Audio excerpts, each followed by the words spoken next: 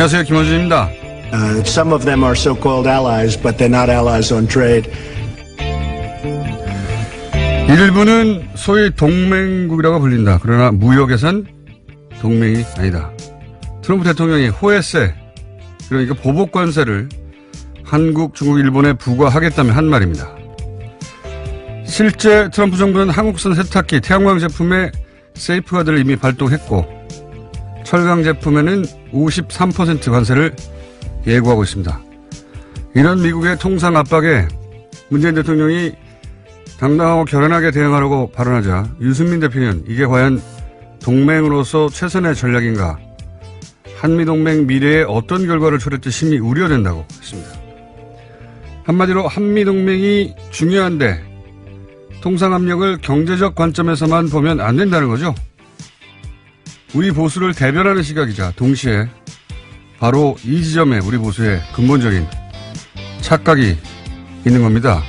GM이 한국 GM의 군산공장 폐쇄를 결정하자 트럼프는 이를 자신의 공적으로 내세우며 기뻐했죠. 우리 실업 문제나 먹튀 논란은 그에게는 전혀 고려 사항이 아닌 겁니다. 애초부터 미국 이익을 노골적으로 챙기는 트럼프는 올해 중간선거에서 자신의 지지 기반인 철강, 자동차 산업 밀집 지역의 표심을 얻기 위해 더더욱 이런 동맹 따위 개나주란 태도로 일관하고 있습니다. 그러니까 이게 과연 동맹으로서 최선의 전략인가 하는 질문은 우리 정부가 아니라 미국이 해야 하는 겁니다. 상대는 무역에서는 동맹이 아니라는데 우리만 동맹이라며 스스로 어떤 손해를 감수할지 먼저 따지고 앉아 있는 거죠. 이런 걸 안보이시러 쓰고 노예근성이라고 읽는다. 김어준 생각이었습니다.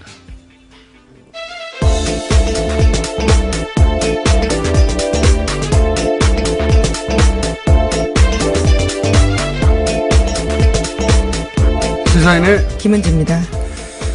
자, 이 경제 통상 압박 관련 뉴스가 계속 나와요, 그죠? 네, 워낙 큰 이슈이기도 한데요. 미국 쪽에서 또 몰아붙이고도 있습니다. 몰아붙이고 있고, 근데 이제 이런 통상 압력이 나온 이유를 두고 결국은 미국 내 올해 11월 달에 중간선거가 있거든요. 트럼프 대통령이 이 선거에서 지금 큰일 나거든요. 네, 그렇습니다. 하원 의원 전원과 상원 의원 3분의 1을 선출하게 되는 자리라서요. 앞으로의 대선 국면에서도 굉장히 중요한 선거입니다.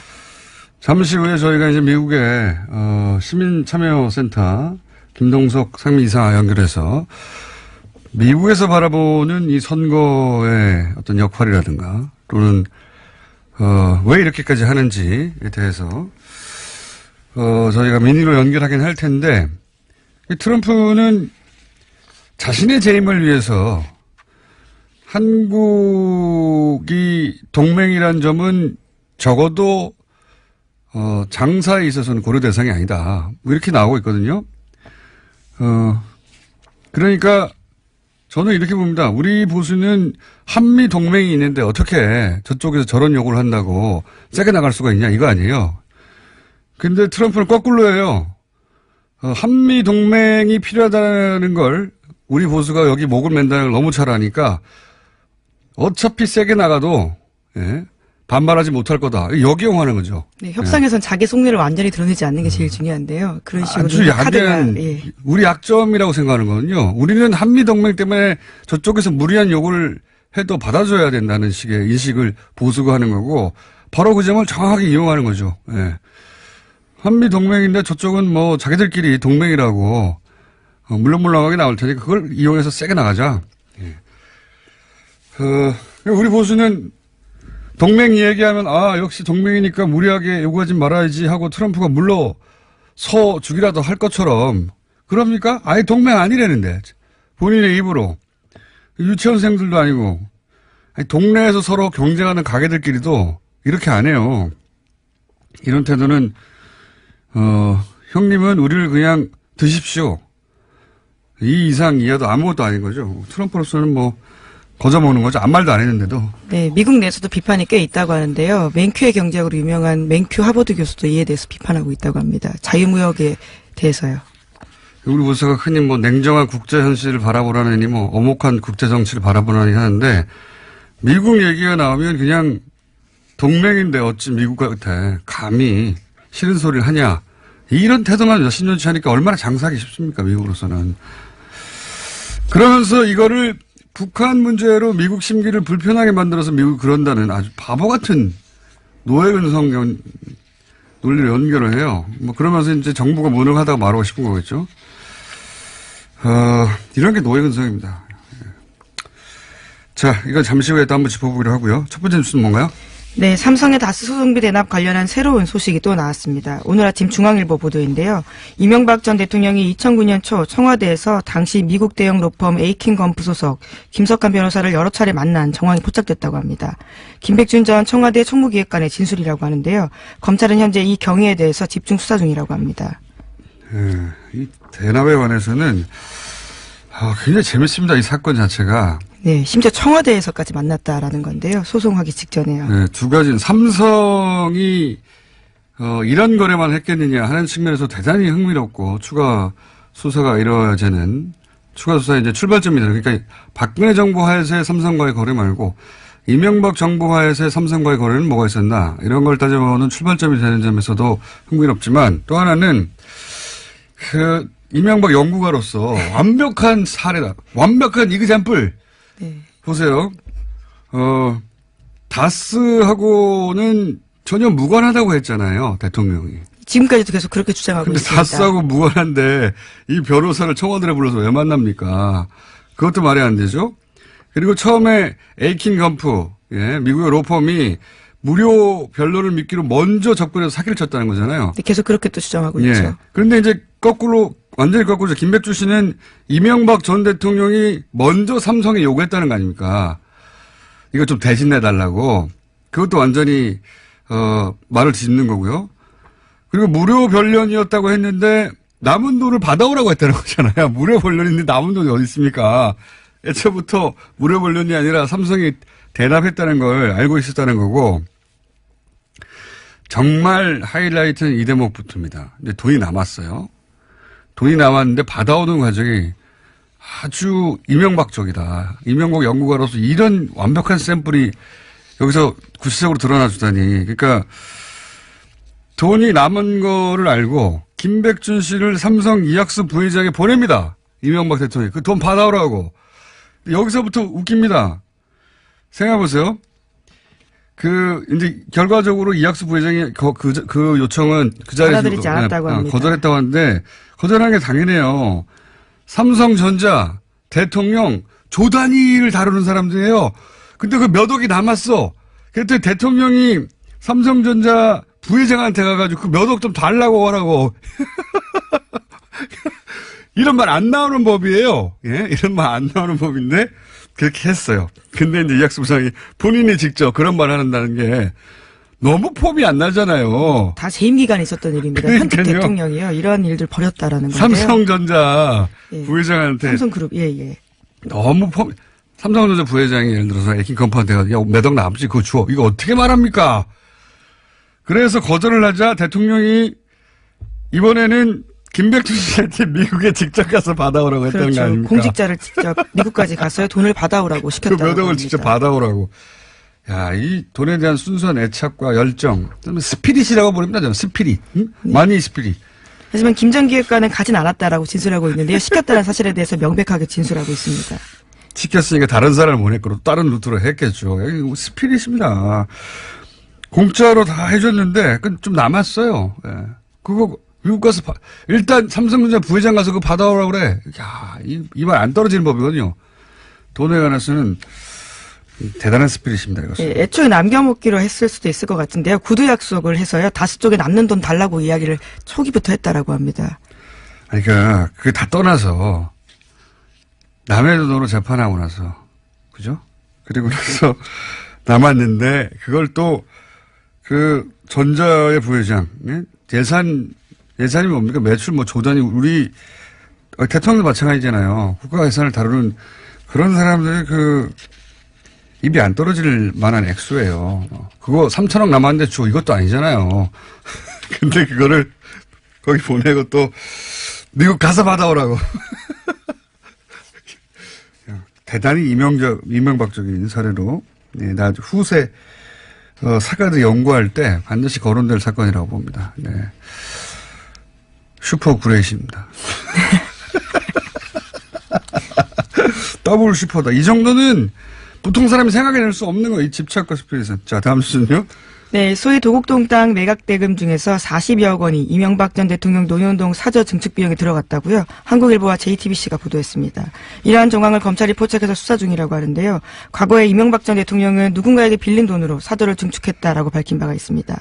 하지만 구체적인 내용들은 밝히기 어렵다라고 주장했는데요. 이에 대해서 이명박 전 대통령의 조카 이동영 다스 부사장과 이명박 전 대통령의 재산관리인 이병모 청계재단 사무국장의 진술이 나왔습니다. 도곡동 땅 판 돈이라는 거죠. 예. 그러니까, 도곡동 땅의 주인이 이명박 전 대통령이라는 또 다른 정황인 거죠, 이게. 예. 근데 이제 그때는 누군가에게 빌린 돈이라고 말을 했던 거죠. 예, 둘러댔던 거죠. 예. 도곡동 땅을 판 돈이라고 하면 당시 기준으로는 김재정, 이상은 씨의 재산인 건데, 그러면 처남이나 형한테 돈 빌렸다고 하면 되는데, 그렇게 안 했거든요. 예. 그렇게 했다가는 결국은 도곡동 땅 얘기가 다시 나올 테니까, 예. 그때는 뭐 누군가한테 빌린 돈이라 사정이 있어서 밝히기가 어렵다고 했는데 사정은 자기 땅이었던 겁니다. 자, 다음 뉴스는요?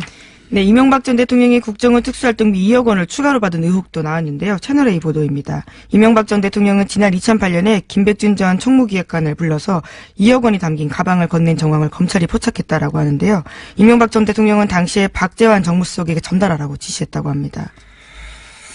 이런 뉴스를 보면 지금까지 나온 특활비가 전부겠는가. 이제 이거 말고도 김민중 씨가 김윤옥 여사에게 준 특활비 있지 않습니까? 예, 달러로 환전했다라고 알려져 있는데요. 무슨 쇼핑 비용으로 쓰였네 어쩌네 이런 말들이 있었던 지금 쑥 들어가 있는 뉴스인데 그거는 김백준 씨가 전혀 모르는 루트였거든요. 그러니까 김민중 씨가 그런 말을 했잖아요. 본인만 한다고 대통령. 오른손이 하시는 일을 왼손이 모르시게 많이 하셨기 때문에 특활비는 이거 이상 더 나을 거다 수사하면. 네, 수사가 진행될수록 점점 금액이 늘어나고 있습니다. 애초에 기소될 때만 하더라도 15억 5천만 원이었는데 현재 또 17억 원 5천만 원으로 늘어났거든요. 계속해서 늘 것으로 보입니다. 알겠습니다. 자, 다음 뉴스는요? 네, 이명박 전 대통령 죄송합니다. 하도 이명박 전 대통령이 말이 많아다 보니 다시 한번 해봐 주세요. 네, 이명박 전 대통령이요. 그제 어제 아까 어떻게 했죠? 예, 다시 할 수 없을 정도로 놀라운 발음인데요. 죄송합니다. 자, 예. 다시 해주세요. 네, 정신 차리고요. 예. 이명박 전 대통령이 그제야 어제 이틀 연속으로 집무실에 나와서 대책회의했다라고 합니다. 그러면서 바로 검찰이 구속영장 청구하면 어떻게 해야 될지에 대해서 논의했다라고 하는데요. 선제적으로 자진 출두하면 어떨지에 대해서까지 이야기가 나왔다라고 합니다. 이런 논의는 다 쓸데없어요. 측근들이 몰라요, 내용을. 측근들이 하는 말들이 전해지는 걸 보면, 이게 이제, 소위 측근들이라는 분들이 이제 기자들이 무슨 얘기 했냐고 물어보면 한두 마디씩 하고, 이런 거 모아가지고 이제 보도하는 거잖아요. 그렇게 나오는 내용들을 보면, 이게 모르는구나, 아무것도. 지금, 검찰발 소식, 혹은 검찰청 출입 기자들이 내는 뉴스들과, 여기 측근들이 내는 반응들은 하늘과 땅처럼 멀리 떨어져 있습니다. 여기서는 이미, 이학수 부장, 전 부회장한테 가가지고, 그거 돈 남은 거 받아와. 이런 얘기 나오고 있는데, 여기서는 그 돈은 상관없는 돈이다. 검찰 다음 패를 보고 갑자기 출두하자, 뭐 이런 전략들. 사정을 모르고 하는 소리거든요. 이거 예전에 박지원 대표가 구세해서 굉장히 크게 성공했던 전략이에요. 검찰이 계속 소환하고 있는데, 언제, 가겠다 말 안 하고, 갑자기 아침에 가버렸어요. 깜짝 출석을 한 거죠. 그러니까 검찰이 소환을 한다고 하면서 안 올 거라고 생각하고 방심하는 틈 사이에 아침에 그냥 가버렸거든요. 그러니까 오긴 왔어요. 가라고 할 수는 없잖아요. 본인들이 불렀으니까. 그럼 준비가 돼 있어야 될 거 아닙니까? 준비가 안 돼 있어가지고 결국은 제대로 조사 못하고 보내버렸어요. 그래서 박지원 전 대표의 대승으로 끝난 사건이 있습니다. 과거에. 근데 이번에는 그게 안 통하는 게 워낙 오랫동안 탄탄하게 검찰이 준비해 왔어요. 그러니까 다 말도 안 되는 소리입니다, 이거. 예. 네, 뭐 구체적인 좀 더 내용이 나왔다고 하는데요. 이에 대해서 삼성 대납 관련해서는요. 미국 정부 대상으로 로비한 프로젝트 수행에 관계이기 때문에 거기에 들어간 돈이다라는 주장도 나왔다고 합니다. 이게 소송 대행비가 아니라는 거죠. 예. 어쨌든 이 대응은 측근 취재할 필요가 별로 없다. 자, 하나만 더 하죠. GM 얘기가 어제 또 나왔으니까. 예? 네, GM이 어제 한국 공장의 연간 생산량을 50만 대 수준으로 유지하겠다라고 밝혔는데요. 국회에 찾아가서 밝힌 이야기입니다. 그러면서 신차 2종의 배정 계획도 밝혔는데 신제품이 만들어진다면 부평 공장과 창원 공장에 신제품 투입될 가능성이 높다라고 합니다. 이건 말이죠. GM의 철저한 양손에 떡 다 주고 싶은 전략이에요. 이게 지금 일단 군산공장을 폐쇄한다 무조건. 이거 결정한 그걸 거예요. 제하긴 했습니다. 네. 어제도요. 했어요. 근데 미국에서는 지금 공장을 GM이 3천억짜리 투자합니다. 여기는 여기는 닫고 거기다 지어요. 예. 그리고 한국엔 돈 달라는 거 아닙니까? 우리가 정부 계속, 지원을 이끌어내려고 하는 건데요. 그러니까 여기는 폐쇄한다고 하면서 협박을 하면서 안 그러면 떠난다? 여기만 닫는 게 아니라 미국에는 돈이 없는 게 아니에요. 미국에는 공장을 지어요. 그리고 이제 돈을 만약에 받는다. 미국의 폐쇄에서 옮기는 이 공장 투자 관련해서 트럼프 대통령으로부터 지원을 엄청 끌어내겠죠. 예. 세제 혜택이라든가. 그리고 한국에서 돈을 또 받는다. 돈을 받아서 좀 이따 저는 철수할 거라고 봅니다. 한 2년 있다가. 예. 다른 나라에서도 그랬거든요. 그러니까 최대한 양쪽으로부터 돈을 끌어내는 양손의 떡 전략이다. GM이. 아주 얄밉죠. 우리 입장에서 보면. 자, 여기서 말씀드렸던 미국 연결해서 미국의 이 통상 압력을 어떻게 바라봐야 될지 한번 짚어보겠습니다. 미국의 시민참여센터 김동석 상임이사 연결됐습니다. 안녕하십니까? 네, 안녕하세요, 공장장님. 네, 오랜만입니다. 네. 이제 트럼프의 그 통상 압력 드라이브가 미국에 있는 중간선거 때문이다. 이런 분석은 우리 언론에서도 이제 나오고 있긴 합니다. 그럼 우선 이 중간선거가 왜 트럼프에게 그렇게 중요합니까? 아시겠지만은 트럼프 대통령 될 때에 사실 공화당 후보였지만은 공화당의 힘으로, 공화당의 정책으로 대통령이 된 게 아니거든요. 그건 뭐 모든 사람들이 그렇죠. 그렇게 보고 있고 그렇기 때문에요. 그러니까 트럼프가 대통령에 들어오자마자 목표는 재선이었고요. 그리고서 1년 동안 지났지만 트럼프 한 번도 대통령답게 하지 않았습니다. 후보가처럼 그 백악관에 있었고 또 공화당이 자기 당이 아니기 때문에 당을 장악해야만 된다라는 걸 알았죠. 그래서 사실 트럼프는 재선을 위해서는 올해 있는 중간선거를 반드시 이겨야 되는데 그 이전에 공화당 내에 자기 사람으로 당선을 상하원을 시켜야 되는 게 아주 굉장히 중요합니다. 그렇기 때문에 이 중간선거를 치르기 위해서 트럼프는 모든 거를 지금 궁리를 하고 있다 이렇게 보는 게 맞습니다. 그러니까 지금 트럼프 머리에는 본인이 재선이 돼야 되고 그리고 재선이 되기 위해서는 본인의 사람으로 이번 중간선거에 내세워서 당선을 시켜야 되고 그러지 않으면 공화당이 자신의 당이 사실상 아니어서 어떤 일도 제대로 할 수 없었던 이 국면을 돌파할 수도 없다. 여기에 지금 몰두해 있군요. 말하자면. 그렇습니다. 트럼프 대통령 백악관에서 절반 이상의 시간을 지금 전국의 자기 사람 후보를 면담하고 면접하는 것을 시간을 다 보낸다. 이런 얘기가 나오고 있습니다. 그렇군요. 그러니까 몇 월까지 지금 공화당의 그 연방 지역구 후보들을 결정해야 되죠? 지금 그 공화당 트럼프 대책반에서는 6월. 올해 6월까지 치러지는 공화당 각 지역 예비 선거전이 중요하다. 그래서 6월 전까지 이런 후보들 면접을 다 끝낸다. 이런 일입니다. 그렇군요. 하원 의원 전원이 바뀌는 거죠? 이번 선거를 통해서. 그렇죠. 하원 2년 임기 하원 전원이고 상원도 3분의 1이 바뀌고 그리고 또 재선을 위해서는 굉장히 중요한 플로리다, 오하이오, 펜실베니아 주지사 선거가 있습니다. 트럼프한테는 굉장히 중요하죠. 그러면은 그 백악관 차원에서 이런 선거 대책반이 꾸려져 있습니까?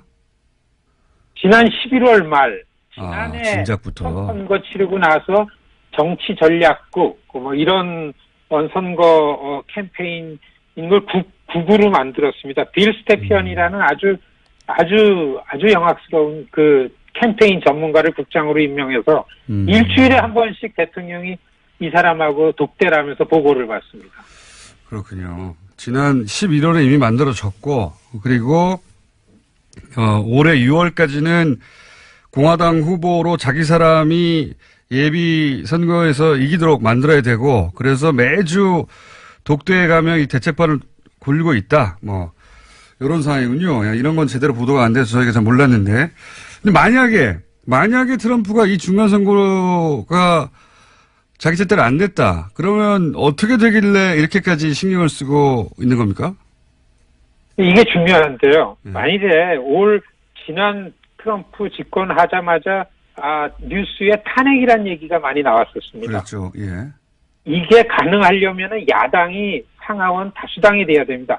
한국은 탄핵의 결정을 헌법재판소가 하지만 예. 미국은 의회에서 하게 됩니다. 그렇죠. 하원에서 통과되면 상원에서 결정을 하는데 이게 야당이 아니라 여당이 다 다수당이기 때문에 만일에 민주당인 야당이 다수당이었으면 이거를 결행하는 시작을 했을 겁니다. 그래서 민주당도 가능하지 않기 때문에 얘기를 안 했으니까 중간 선거에서 다수당의 지위를 뺏기면 트럼프는 정치 생명의 절대절명의 위기가 오죠. 이래서 그 다수당을 유지하는 거는 트럼프에게서는 굉장히 중요하다 이렇게 보여지죠. 재임 가기도 전에 재임 이야기를 하기도 이전에 탄핵을 당할 수도 있는 의회 구성이 되기 때문에 그렇게 되면 이제 아무것도 못하게 되겠죠 제대로. 그렇습니다. 트럼프 탄핵 요건은 야당이 다수당이 되면 이만하면 충분하다고 보는 게 전문가들 견해입니다. 그리고 뭐 최근에 뭐 러시아 스캔들이라든가 이런 것도 이제 막기가 어려워지겠죠 당연히. 그렇습니다. 네. 그래서 이제 트럼프가 본인을 당선시켜 준 지지층 뭐 러스트벨트라고 하는 몰락한 과거의 산업지대 그 지대 자동차하고 철강 뭐 산업 지역이죠. 그 지역의 유권자들을 바라보며 이렇게 통상 압력, 철강 갑자기 관세 높이고 이런 전략을 펼치는 거다. 이런 분석이 그러면 결국은 중간 선거용이다. 이렇게 보는 게 맞는 거네요. 그렇습니다. 그 러스트벨트의 백인 노동자 저소득층들 예. 상식적으로 보면 민주당 지지자들 같지만은 지난 선거를 통해서 절대 그렇지 않다라는 거를 트럼프가 본 거죠. 예. 펜실베니아, 오하이오, 미시건, 위스콘신, 일리노이, 인디애나, 아이오와 뭐 이런 지역들은 아주 명확합니다. 철강과 자동차 공업 지역, 여기에 어려워진 백인 노동자들, 이게 지난 1년 동안 자기가 하는 정치에 대해서 점점 확대되고 공고화됐다라는 거를 알게 됐습니다. 트럼프가요. 점점 이러한 선거 전략은 강화되고 공격적이 될 거라고 봅니다. 이게 이제 그렇게 연결하면 딱 들어맞네요. 그러니까 GM이 공장을 폐쇄하고 미국으로 돌아가려고 하는 것도 뭐 트럼프 정부에서 이거 봐라 GM도 돌아왔다라고 하면서 이제 GM 쪽에다가 아마 무슨 큰 혜택을 약속하거나 그런 게 있었을 법하고 그리고 철강에 이렇게 크게 관세를 우리한테 부여하겠다고 하는 것도 높게 동맹 아니다. 장사하는 동맹 아니다라고 말까지 하면서 하는 거 보면 결국 딱 이 지역을 노리고 지금 나오는 통상 압력이네요. 그죠? 그렇습니다. 일반적으로 동맹이라고 하면은 한국 쪽에서 볼 때는 안보라는 걸 떠올리고 동맹인데 예. 트럼프는 대통령 후보 때서부터 이야기를 해왔고 맞습니다. 그리고 그러한 입장은 지금까지 변화되지 않았기 때문에 통상과 외교 관련한 거는 따로 생각하는 건 분명하고 그리고 국내 정치, 미국 내 선거에 관해서는 외교 안보라는 건 큰 영향이 아니고 통상 경제 이것이 큰 영향을 미치기 때문에 이렇게 분리해서 보는 것이 맞다. 이렇게 생각이 되죠. 미국인들에게는 사실은 뭐 먹고 사는 문제니까요. 통상 외교 뭐 이런 통상 무역 이런 얘기가 미국인들에게는 그래서 우리 동네가 잘 먹고 잘 살 수 있냐 아니냐의 문제니까 국내 문제다 이렇게 말씀하시는 건데 근데 이제 한국 언론에서는 이게 이제 북한 핵 위협이 있고 그리고 우리가 소위 동맹국가인데 미국이 이렇게 요구한다고 해서 그 뜻을 거슬리면 안 된다. 혹은 뭐 우리가 미국 심기를 건드렸기 때문에 미국이 이렇게 통상 압력을 가하는 거다. 이런 식으로 이제 보수 언론들이 그렇게 합니다. 그렇게 해석하거든요. 이 해석들은 어떻게 보십니까? 저는 좀 다르게 보는데요. 그 트럼프가 통상 문제에 있어서 한국, 일본, 중국을 공격하고 그런 측면에서는 절대 관용이 없다. 미국 이익을 추구하겠다라는 거는 뭐 2년 전 처음부터 지금까지 변화된 게 없습니다. 갑작스러운 일이 아니기 때문에 최근에 올림픽이나 뭐 이런 분위기 속에서 남북 간의 문제 때문에 이런 것 같지는 않고요. 더구나 그렇다 그러면은 그래도 가장 중요한 거는 정상 간의 신뢰 속에서 갖는 관계인데 안보 측면에서 한국과 미국 정상 간의 관계에는 별 변화가 없고 문재인 대통령이 북한과의 대화한다라는 거를 본인이 좀 하는 걸 미국에게 양해 구한 거에 관해서 약속은 트럼프 대통령이 계속 지키고 있어 보여지는 게 맞다고 봅니다. 한마디로 이제 이게 미국 유권자 입장에서 이제 트럼프의 행동을 봐야 그게 이해가 되는데, 우리 보수는 이제 국내 정치적 상황에서만 이 사안을 봐서 그렇게 해석하는 거다. 이렇게 요약하면 되겠네요. 그렇습니다. 미국의 권력 흐름은 미국의 눈으로, 미국의 시민, 유권자 눈으로 보는 것이 정확하게 보고 전망할 수 있다. 이거를 좀 주장하고 싶습니다. 알겠습니다. 오늘 말씀 감사합니다. 네, 안녕히 계십시오. 네, 지금까지 미국 시민참여센터의 김동석 상임 이사였습니다. 자, 김은지 기자도 안녕. 네, 감사합니다. 김은지였습니다. 이명박 전 대통령을 향한 검찰 수사는 점점 조여오는데 여전히 이명박 전 대통령은 모든 혐의를 부인하고 있죠. 요 이야기, 제가 풍문하라고 부르는 겁니다. 정두원 전 의원 모시고 이야기 나눠보겠습니다. 안녕하십니까. 안녕하세요. 네. 패션이 뭐랄까 이제 정치인의 틀을 완전히 벗어났다. 아니 제가 지금 머리를 안 감고 와서 모자를 쓰고 온 건데 이걸 모자뿐만 패션이 아니죠, 그거는. 모자뿐만이 아니라 뭐 코트라든가 이게 색깔을 맞춘 거라든지 이제 카메라 마사지를 많이 받으시고 최근에 이거부터 한번 여쭤볼게요. 최근에 이제 검찰 출입하는 기자들이 기사를 내면 측근발 이야기들이 있지 않습니까? 네. 이분들 뭐 알고 하는 얘기입니까? 측근이 있어요? 그분들이 이제 사실 뭐 옆에 줄 서 있는 사람들이 내용을 모르는 사람들이고 또 그분들이 하나 둘씩 사라지고 있는 것 같은데요? 나중엔 하나도 안 남을 것 같은데요? 그게 뭔 측근입니까, 그게? 모르는 분들이 지금 그러는 거죠, 지금? 네.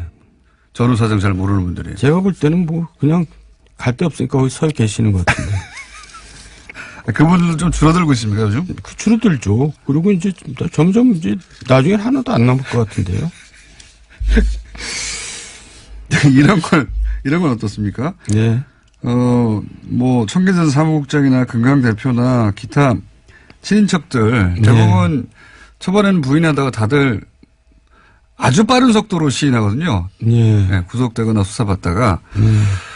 요거는 어떤 이유라고 보십니까? 뭐 여러 가지 있죠. 검찰이 또 이제 그런 거 잘하잖아요. 이거 당신 이거 하는데 몇 년인데 당신 협조해주면 좀 줄여주겠다. 뭐 그런 뭐 딜도 있을 수 있고 이제 그거 떠나서 제가 처음 MB를 만났을 때가 이제 서울시장 선거 준비 때거든요. 2001년도에 그때.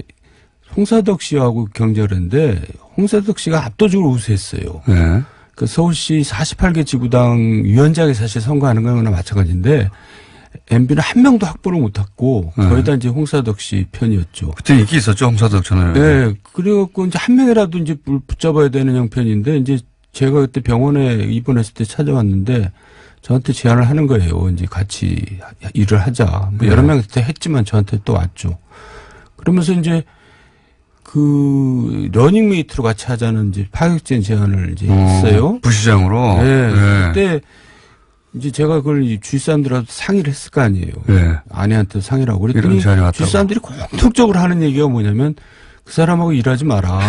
그 사람 의리 없다.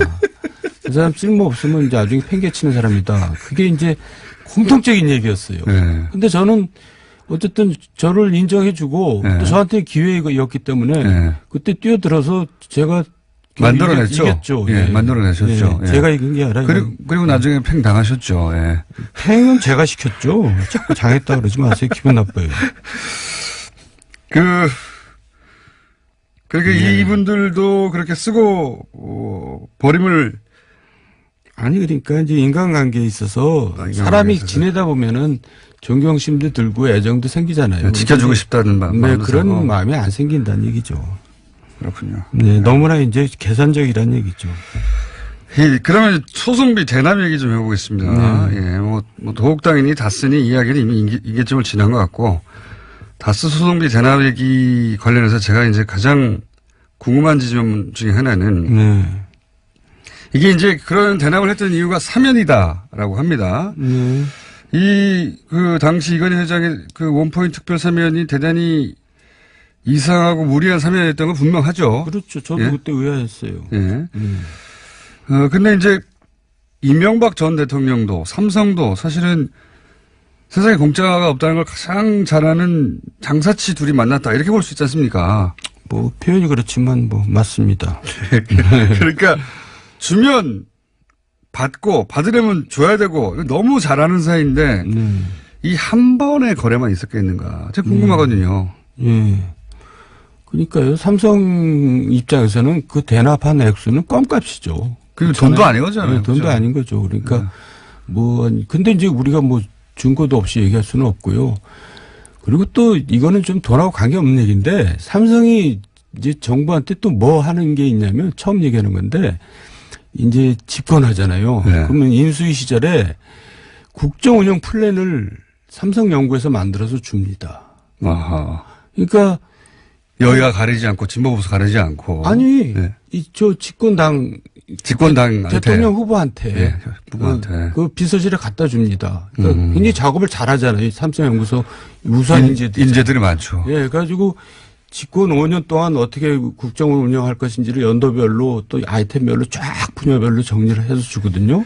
지금 대통령 후보 측 혹은 뭐 대통령 당선인 측에서는 이제 인수위 꾸리는데 거기는 네. 이미 진작부터 준비되어 있던. 근데 사실 그런 준비가 잘 안 돼 있어요. 솔직히 말해서. 정치권에서는 오히려. 네, 우리가 이제 그거 준비한다고 했는데 그 MB 때도 그 선거 치느라고 정신이 없으니까 그렇죠. 그런 데 관심이 없어요. 그러고 허업직업 당선돼서 이제 허업직업 뭐 그런 거 이제 준비하는데 삼성에서 쫙 멋있게 만들어다 주니까 일단 그게 참고가 당연히 되죠. 근데 그 내용이 삼성한테 불리한 내용은 없을 거 아니에요. 근데 그게 내가 볼 때는 MB 때만 아니라 뭐 이전 정권에도 다 그렇게 오랫동안 해왔던 거겠죠. 그걸 그렇죠. 받아들이냐 아니냐의 문제죠. 네, 근데 하여간 그런 식의 일도 하니까 뭐 또 삼성이 뭐 여러 가지 일을 하겠죠. 그리고 이제 그 어떤 정권에 실세가 있으면 실세 관리를 하고 그러죠. 근데 왜 저는 관리를 안 했는지 모르겠어요. 서운해요. 관리해봐야. 관리에 도움이 안 되는 인간이다. 어디로 튈지 모른다. 이 사면 말고도 이건 사면 4개월 뒤에 금융지주법 개정안이 통과가 됐어요. 이게 뭐냐면 이제 내용상으로 따지면 삼성생명 같은 금융회사가 삼성전자 같은 비금융회사를 거느릴 수 있도록 하는 사실은 삼성을 위한 법안이라고 그때도 말들이 많았고 당시도 의원님이 그때는 여의도 계실 때니까 뭐 들은 얘기 좀 있으실 거 아닙니까, 그죠? 아니 근데 이제 어쨌든 여야 합의로 이제 통과된 거니까 꼭 이제 청와대에서 뭐 밀어붙였다고만 할 수는 없는데 전방위로 전망위로 이제 뭐 로비를 했겠죠. 네. 근데 어쨌든 저는 이제 무슨 얘기를 하고 싶냐면 대통령이 되면은 일단 첫 번째로는 나라를 한번 바로 잡아보고 있다. 뭐 이제 이런 생각을 해야 될 거 아니에요. 네. 근데 그런 생각도 물론 없지는 않겠지만은 이제 여러 가지 이권에 대한 관심들이 많아진 것 같아요. 제가 이제 옆에서 보니까. 네? 우리 각각가 또 그쪽에. 그래서 제가 표현을 이거는 정권을 잡은 게 아니라 이권을 잡은 게 아니냐 그런 표현을 처음 썼는데. 저하고 비슷한 표현을 하셨는데 저는 국가를 수익 모드로 삼다 그랬는데. 네, 그거 같은 얘기죠. 네. 근데 어쨌든 본인들이 돈이 많은 분들이잖아요. 그러니까 기업의 신세 안 지고 본인 돈 쓰면은 정말 국정 운영을 무시무시하게 할 수 있습니다. 그렇죠. 아무 눈치도 안 보고. 네, 진짜 이제 막 마음대로 칼을 휘둘릴 수가 있죠. 개혁하고 나라 네. 똑바로 잡을 수가 있죠. 근데 저 같으면 그렇게 할 텐데, 그렇죠? 그 돈 언제 다 씁니까?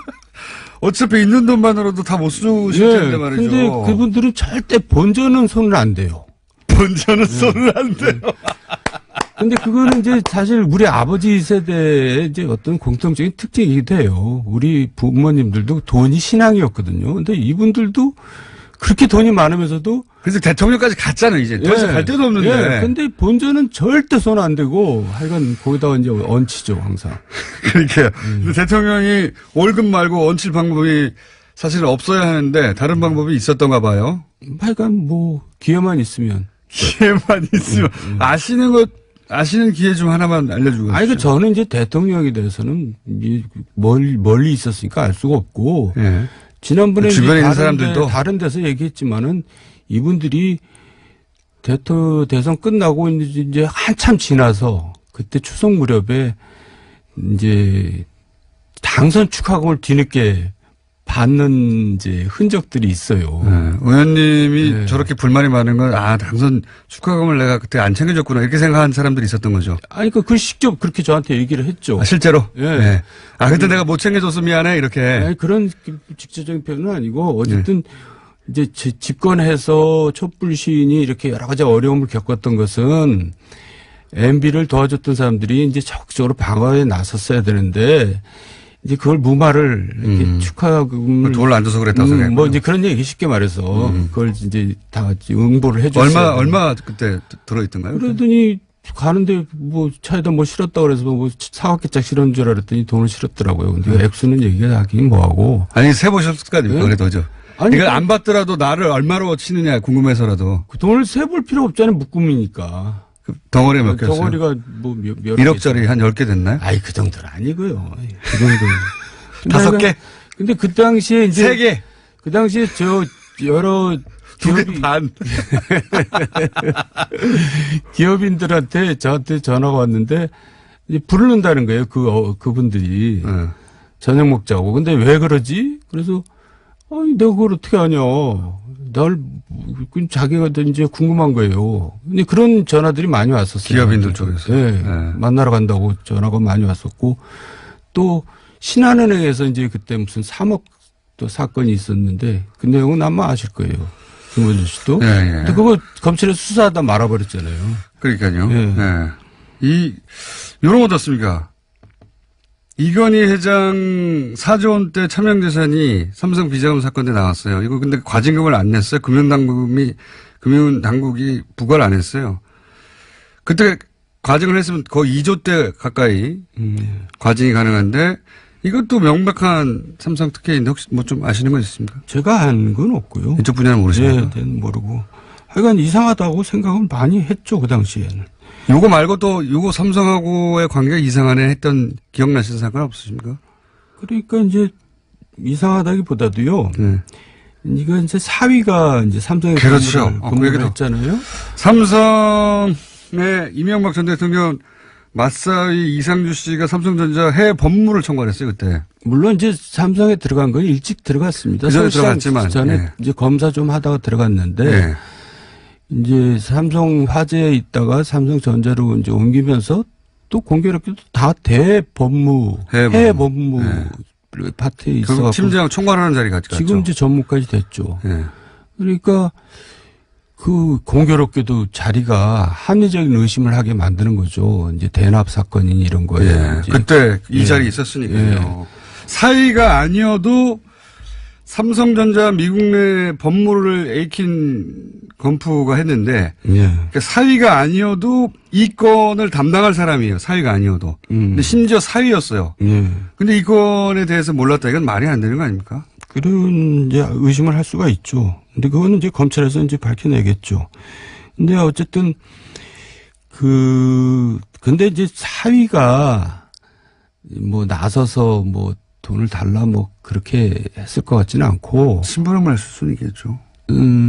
그럴 개연성은 있지 않습니까? 그리고 이제 김백준 씨가 이제 이학수 씨한테 이제 연락을 했다 그렇게 나오는데 그렇게 연락 안 합니다. 직접적으로. 공무원이 그 대기업 고위직하고 직접 하면 그 자국이 남기 때문에 그렇죠. 누가 이제 대신 그 매개체를 역할을 하죠. 메신저가 있었겠죠. 네, 메신저 역할을 이제 천 회장님이 했다 뭐 그런 기사가 나오길래. 천신일 회장. 네. 네. 뭐 그거는 근데 그 충분히 그럴 수 있다. 제가 그것도 가능성이 있고. 근데 그게 그렇게 그분한테 뭐 큰 죄가 되는 건 아닌 것 같고. 근데 이제 그거보다 더 쉬운 건 예. 마사이는 청와대를 들락날락 하지 않습니까? 예. 가족이니까. 예. 근데 마침 그 삼성전자의 해외 법무를 총괄해요.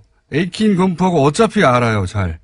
어차피 그 자리에 가 있어요. 그러니까 대통령의 최순실도 찾아내서 이제 활용하는 게 삼성인데 이미 자기 회사에 근무하는 그 업무에 있는 마사이가 있어요. 그걸 냅둔다는 게 더 이상한 거 아닙니까? 그리고 마사이가 이제 또 한때는 청와대 그 관저에 이제 같이 생활도 했었습니다. 저도 그런 얘기 출퇴근을. 들었어요. 네. 그러니까 시기가 이제 그때인지는 그거는 조사해봐야 알겠죠. 아니, 그 가족이니까. 네. 아니 또 외롭죠. 대통령 입장에서는.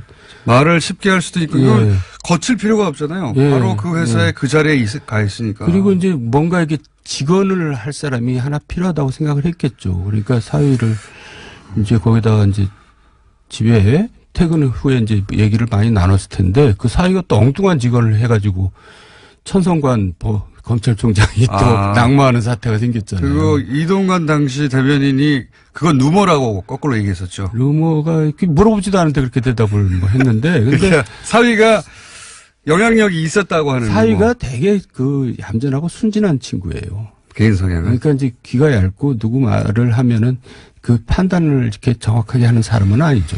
제가 이 2010년, 11년 우리 이명박 전 대통령에 대해서 본격적으로 연구를 깊숙이 시작할 때 무슨 얘기를 그때 첩보로 들었냐면 첩보입니다. 확인되지 않은. 근데 확인해 봐야 하는 제가 입장이었기 때문에 예. 싱가포르에 있는 어떤 스위스계열 은행에서 모종의 역할을 이명박 전 대통령을 위해서 하고 있다. 돈과 관련하여. 네. 이런 들었어요. 그래서 확인하러 싱가포르 가기도 갔었어요. 제가. 주진우 기자하고 둘이서. 정황있는데 물증 못 잡겠다. 이래서 거기까지밖에 못했는데 혹시 이런 관련 이야기는 들어보신 적 전혀 없어요? 주진우 기자한테 들었어요. 그때 김어준 씨 뭐 호텔에서 자는데 뭐 호텔 문 옆에다가 뭐 의자랑 책상이랑 쌓아놓고 잤다며? 누가 들어올까 뭐. 걔는 의자에 그 문에 기대서 자고요. 네. 야, 그럼 문에 기대서 자면 어떻게 차냐.